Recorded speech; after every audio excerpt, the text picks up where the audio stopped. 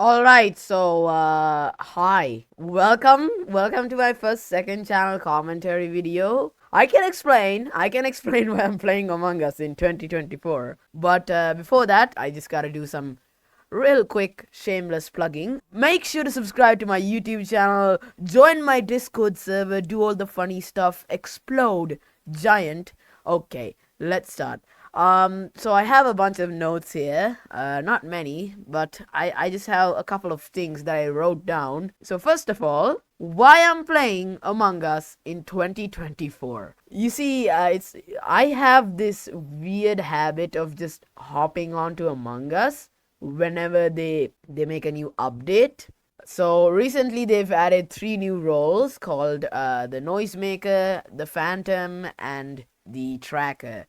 The noisemaker makes noises when it dies so that other crewmates can find the body's location. The tracker can track crewmates on the map and stuff. The phantom is basically an imposter role that can go invisible. It's overpowered. But yeah, they added that and the other three roles, and they also updated the lobby and added some cool looking background music. So I have this weird habit of playing Among Us for a little bit whenever a new update drops. So that this is one of those things. In the COVID pandemic, Among Us really exploded. So back then, I used to play Among Us quite a lot, actually. But now it just died. The game died like a year, 2 years later. The game pretty much lost all of its player base, unfortunately. And yeah, ever since then, I've only just been, logging in and playing Among Us every time they make a new update. So I thought that was pretty cool. So after this recording, I haven't played Among Us for like a good month now. So yeah, that's what I'm trying to say. So yeah, I'm playing Among Us in 2024 because I still think it's a pretty cool game, but I just want to play it whenever a new update drops to see what new content they've added. I tried to get the Phantom role in this thing, but spoiler alert, I did not. But yeah, that's pretty much it. Anyway, so my second part of my notes, wow, this is actually going really fast. I expected this commentary to be like 30 minutes, but at the rate we're going, this is not gonna be even 10 minutes. I don't know.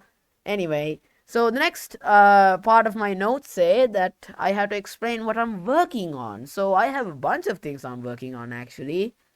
Most of them I've put on hold, but I'll talk about stuff that I haven't put on hold yet. So DevsCube. DevsCube is like this brand new small project I started. It's basically a place for everything I'm working on. So all my new data packs, my maps. Yes, I'm trying to release maps now. That's pretty much it. And also I have this new thing called Data Pack Tennis, which is a brand new series I'm starting. You probably know all of this, but yeah, and I have a bunch of other projects that I want to release later down the line. And they're all gonna be registered under the name of DevsCube. So this is basically my team project, my team that I have been planning for like a good few months. And I have some team members which help me make my data packs and maps and stuff. But yeah, speaking of DevsCube, we have some other stuff currently in progress under the name of DevsCube. The first one is called Splatcraft. Now, Splatcraft, if you have any idea what that is basically Splatoon in Minecraft. I'll put the thumbnail art or the main art on the screen here.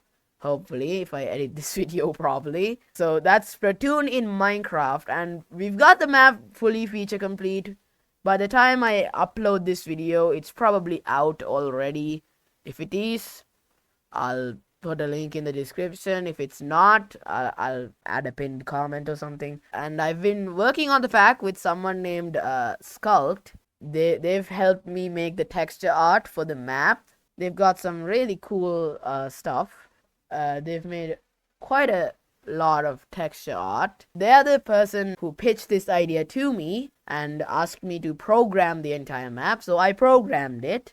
there are three things in the Splatcraft map. The three arenas. There are three arenas. Those are Wahoo World, Manta Maria, and Sturgeon Shipyard. Yeah. And I also got a lobby, and somebody by the name of Newell Barco 8 made a really good Splatoon 3 map and uploaded it to Planet Minecraft. So we've used that map with a few edits to that map. And yeah, there's a bunch of secret Easter eggs, and I've been teasing quite a lot on my main YouTube channel, my Instagram, and obviously my DevSkew Discord server. But the map is pretty much feature complete. It has the splatter gun, the basic splatter gun, and splat bombs. It might be a bit laggy in some occasions, but we've been meaning to playtest this map and get some footage if we ever want to make a YouTube video. Sculpt mentioned that they would try to make a YouTube video. We've been meaning to try to get footage for that, but we haven't got any chance. I'm not sure if we will release this map anytime soon. Hopefully, we will release it. Hopefully, it has been released by the time I upload this video. If it hasn't, well, maybe wait a little bit more, like a week or so. Next up, my horror mod pack series. So a while ago I did a video called I survived a horror mod pack with a lunatic. I've been meaning to change the title, but I haven't gotten a chance. The thumbnail is also really scuffed, but yeah. Anyway, so we've been meaning to make a part 2 of this, like a bigger and better version. Currently, me and 20 Florian, the guy who actually made this mod pack, we've been working on a second part. And we have 2 new people joining us this time. The Discord names are Sleet827 and TechTac. I hope I'm pronouncing that correctly. So yeah, there's gonna be 4 people, possibly more. We haven't recorded the footage yet, but the mod pack is pretty much feature complete. We're just playtesting it a little bit to make sure that nothing lags. My computer really does lag, so I'll have to have a really low render distance in the video. And I also can't have shaders. Yeah, we're working on Horror Mod Pack episode 2, which is hopefully going to be the final episode. Next up, RPG data pack. This is something that I haven't talked about very much. A few months ago, I started leaking a couple of screenshots of a GUI related to a brand new data pack that I was working on. But when they updated the 1.20.5 syntax, the item syntax, I kind of stopped making it, and also I had some exams. It's basically an RPG data pack me and a couple of friends worked on a while ago, like 2 years ago. We had a team called the Order of the Data Packers with a logo I designed. If you are part of this team and you are watching this video, I don't know what to say. Hi, I guess. So yeah, it had a pretty large team. We worked on it. We worked on an RPG data pack. We had so many things in this RPG data pack. We got classes. We got many different abilities, an ability wheel, and we got quests, dungeons. We had so many things planned, but then the team just kind of died. We just kind of stopped working on it. So I kind of wanted to restart that project.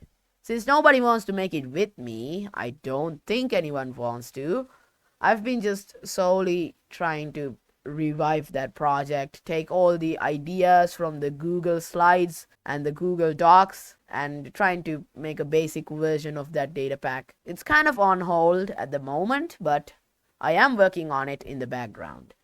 Speaking of dead projects, there was also this other one called Datapack Empire, which I have been working on, and then also stopped because of the 1.20.5 syntax update. I'm not gonna share much about it here because I want this to be pretty much a secret for the time being.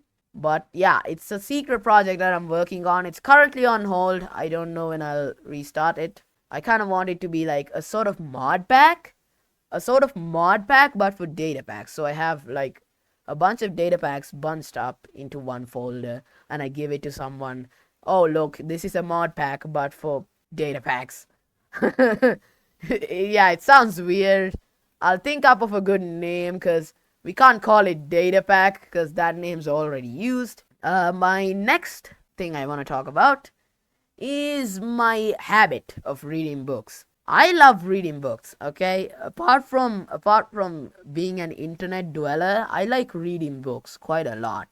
Especially storybooks. Like I have read and watched all the movies of Harry Potter, all the Harry Potter things. So I've read all 7 books, and I have the extra books. I've watched the movies, and then there's obviously many other types of books.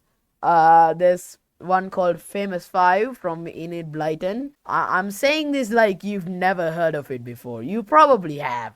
You probably have. If you're a normal, sane person, you probably have heard of this before. It looks like I'm explaining this to a child. And then I have a lot of Beast Quest books. You might have heard of that series. If you're a sane person, you might have heard of it. And I have like 50 of those books. I've been starting to read the Diary of a Wimpy Kid series recently. I bought a couple of books, which is a great segue actually, because I bought a bunch of books yesterday. I bought a bunch of books. There was this like book fair. I don't know what to call it, but yeah, there was this book fair in our city mall. We could buy books at a discounted price, obviously. All the local booksellers, all the large chains of booksellers in our country were there. So I bought a bunch of books. I bought a book about Christopher Columbus. I have no clue if I will actually read that, but it has a really good art style, so I probably will read that. And then I have some really interesting things. Hold on, let me have a look at my new books. 1 second. So I have a bunch of new books, including Pokemon Adventure Awaits or something like that. So it's a Pokemon book. I haven't gotten much into Pokemon actually, but bro, you don't understand. You find something on the internet, so like, I find this awesome, cool video game online, but it's so rare to find something related to that in real life. I mean, there are Pokemon cards everywhere. It's just so cool to have a book of a franchise that you know of. Speaking of, I also got a Minecraft book. There were actually 2 Minecraft books at that book fair. One was called Herobrine Goes to Monster School, and I immediately rejected that idea. God, have you seen Monster School? No, that shit is cursed, okay? That shit is cursed. I am not reading that. So there was this other book called Minecraft Woodsword Chronicles, which I'm currently reading actually. It's a bit of a weird story about 5 or 6 friends. In their Minecraft game, there's this guy called an Evoker King, which is basically an artificial intelligence. And the artificial intelligence Evoker King is wreaking havoc on this world, bending all the rules of Minecraft. So they're trying to save their Minecraft world and do stuff. An entire chapter was completely unrelated to the Minecraft world and was actually just real life. Maybe I'll take a picture and put it on screen or do something crazy like that. Yeah, I have lost words currently. So my final thing I want to talk about. Anyways, that was actually pretty crazy. I might have cut out a huge portion of this video, but yeah, see ya, I guess. Bye.